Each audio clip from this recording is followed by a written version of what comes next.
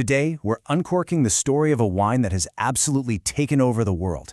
But here's the thing, the story of Malbec isn't just about a popular drink, it's an epic adventure, a real nail-biter about near extinction, a daring escape, and one of the most spectacular comebacks you've ever heard of. All right, let's just get right to it. When you think Malbec, you think Argentina, right? It's like a rule. But what if I told you that its entire identity is built on a plot twist? That the world's favorite Argentinian grape isn't really from Argentina at all? Well, that's the mystery we're going to unravel today. So, to really understand how Malbec became a superstar, we've got to go back in time, back to its original home, France. And here, it wasn't some global icon. Nope, it was more like a local prince, you know? A grape with a really noble past, but a future that was looking pretty bleak. I mean, just look at this contrast. It's wild. Back in the day, Malbec was a big deal. They called it the black wine of Cahors. It was so dark and powerful that winemakers in Bordeaux would use it to add some muscle and color to their famous blends. And now, it's barely hanging on in its own homeland, a total ghost of its former self. So you gotta ask, what on earth happened? Well, this timeline lays out the whole tragedy. Malbec was once total royalty. Can you believe it was over half the blend in legendary wines? But then, disaster struck. Not once, but twice. First, this nasty little pest called phylloxera wiped out vineyards all over Europe. And then, just when you thought it couldn't get worse, a killer frost in 1956 delivered the knockout blow. Just like that, the prince was dethroned. But, just as the story was about to end in France, a brand new chapter was starting, an entire ocean away. And this wasn't just a simple move. No, this was a rescue mission, one that was going to change the world of wine as we know it. And here it is. This is the moment everything changed. This wasn't some happy accident. We have a date, we have a name, we have a mission. A French expert, hired by the president of Argentina, intentionally brought these vines over. Sure, they were just trying to beef up their local wine industry, but they had no idea they were about to give this forgotten grape a second shot at greatness. And this is so important to understand. Argentina didn't just save Malbec, it completely transformed it. The unique conditions there, nestled up against the Andes Mountains, didn't just help the grape survive, they helped it evolve into the absolute best version of itself. So what was the big secret? Look at this number, 1,500 meters. We're talking nearly 5,000 feet up. The secret to Malbec's incredible transformation is really just one word, altitude. Planting these old French vines way up in the mountains, that was the game changer.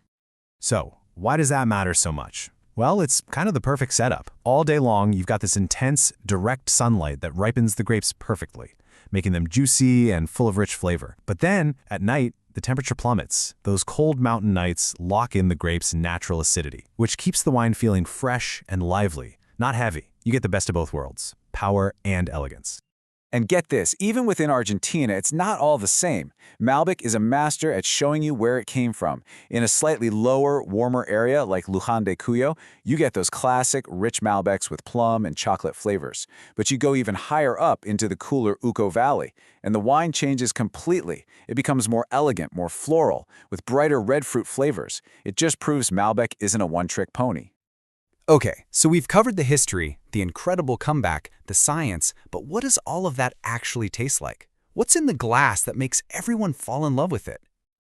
The smell of an Argentinian Malbec is just unmistakable. You get this big, beautiful wave of dark fruits, like blackberry and juicy black plum. But right behind that, there's often this lovely floral note, like violets, maybe a little kick of black pepper. And if it's spent time in an oak barrel, you get those cozy vanilla and chocolate aromas too. It's just fantastic. And the feel in your mouth is just as important. This is maybe the key to its success. The tannins are famously soft and velvety. It's a full-bodied wine, sure, but that freshness we talked about keeps it from feeling heavy. And it all leads to this long, satisfying finish that just sticks with you. So let's talk about tannins for a second, because you hear that word all the time. Think of it like this. Tannins are what give a red wine its structure, its backbone. The analogy here is perfect. They're like the frame of a house. In Malbec, that frame is strong and well built, but it's wrapped in velvet. That's why people love it. It's got complexity, but it's not harsh. It's just smooth. So that forgotten French prince, sent into exile, didn't just find a new place to live. It found a kingdom. Malbec finished its hero's journey, and in the process, became a true, undisputed global icon. And if you want to see the scale of this takeover, just look at the numbers. They're staggering. Argentina has over 45,000 hectares of Malbec planted. France, its original home, about 5,000. It's not even close. Argentina isn't just the main producer anymore. For most people, Argentina is Malbec. And here's the final proof, the cherry on top. That date we mentioned earlier, April 17th, the day those first vines landed in Argentina, that is now celebrated all over the planet as World Malbec Day. A forgotten French grape has become a massive source of Argentine national pride. How cool is that? So, you've got a bottle. What do you eat with it? Well, its friendly nature makes it amazing with food. The absolute classic, no-brainer pairing is grilled meat. An Argentinian steak and a glass of Malbec, it doesn't get better. But it's also amazing with rich pasta dishes or even some hard, salty cheeses. It's pretty versatile. And that's the incredible story of Malbec. It's such a great reminder that sometimes a total change of scenery can unlock potential you never knew existed. It really makes you wonder, doesn't it?